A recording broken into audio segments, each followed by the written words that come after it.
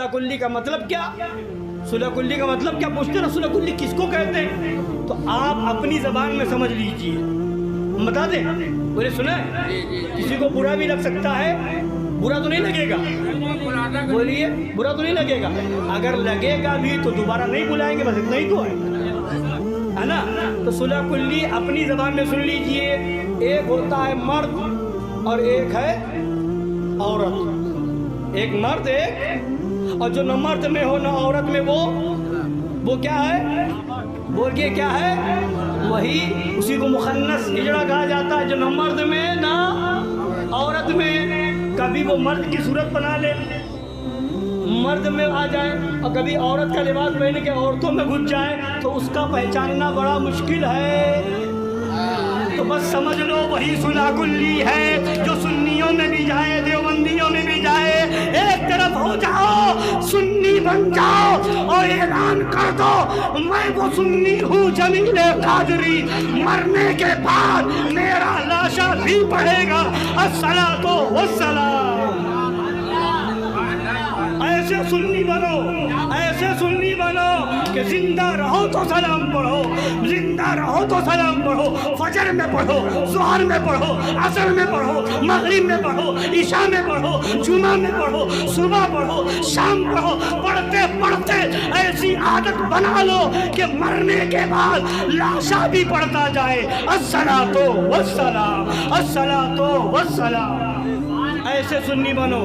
پہلے سلام پڑھا جاتا تھا یا نبی سلام علیکہ، آج بھی پڑھا جاتا ہے یا نبی سلام علیکہ۔ دیوبند سے آواز آئی سلام پڑھنا غلط، سلام پڑھنا شرک، سلام پڑھنا ناجائز، نبی پر سلام بھیجنا درست نہیں، درود پڑھنا درست نہیں۔ تو اعلیٰ حضرت نے قلم اٹھایا اور فرمایا ابھی تک پڑھا جاتا تھا یا نبی سلام علیکہ، یا رسول سلام علیکہ، اب ایک لفظ میں ایک بار سلام تھا، تو کہہ رہا یہ غلط، تو اب ایک بار نہیں، ہم ایک بار میں لاکھوں سلام پڑھیں گے مصطفیٰ جان رحمت پہ، لاکھوں سلام شمع بز میں ہدایت پہ، لاکھوں سلام۔ تو کہتا درود نہ پڑھے، اب ایک بار میں ہم کروڑوں درود بھیجیں گے، کعبے کے بدر الدجا تم پہ کروڑوں درود، طیبہ کے شمس و دعا تم پہ کروڑوں درود، اور اعلان کر دو جان ہے عشق مصطفیٰ روز وضو کرے خدا،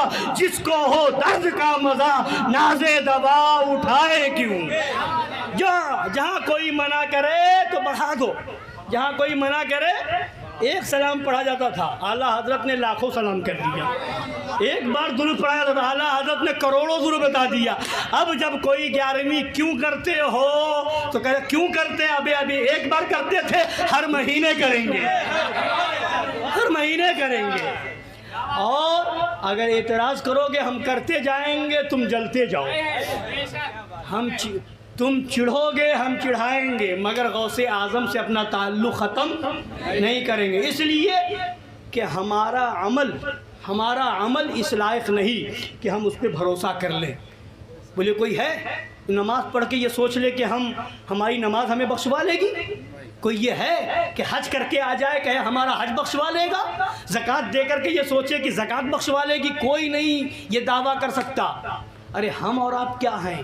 مفتی اعظم ہند اعلیٰ حضرت کے شہزادے فرماتے ہیں میرے اعمال کا بدلہ تو جہنم ہی تھا، میرے اعمال کا بدلہ تو جہنم ہی تھا، میں تو جاتا میرے سرکار نے جانے نہ دیا۔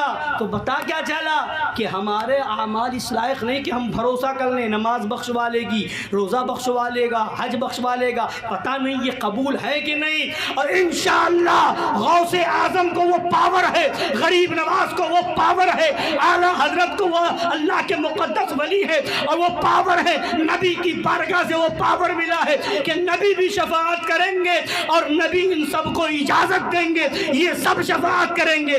قادریوں کی شفاعت غوث اعظم کریں گے، چشتیوں کی شفاعت غریب نواز کریں گے، سہروردیوں کی شفاعت شہاب الدین سہروردی کریں گے، نقشبندیوں کی شفاعت خواجہ بہاؤالدین نقشبند کریں گے، انشاءاللہ جو سچے مداری ہیں ان کی شفاعت زندہ شاہ مدار کریں گے، جو سچے وارث وارثی ہیں ان کی شفاعت وارث پاک کریں گے، جو سچے صابری ہیں ان کی شفاعت صابر پاک کریں گے، اور جو سچے رضوی ہیں ان کی شفاعت اعلیٰ حضرت کریں گے، اور جو سچے نوری ہیں ان کی شفاعت مفتی اعظم کریں گے، اور جو سچے حشمتی ہیں ان کی شفاعت سرکار مظہر اعلیٰ حضرت کریں گے، جو سچے مشاہدی ہیں ان کی شفاعت مشاہد ملت کریں گے، اور جو سچے ادریسی ہیں ان کی شفاعت شہر ہندوستان کریں گے انشاءاللہ۔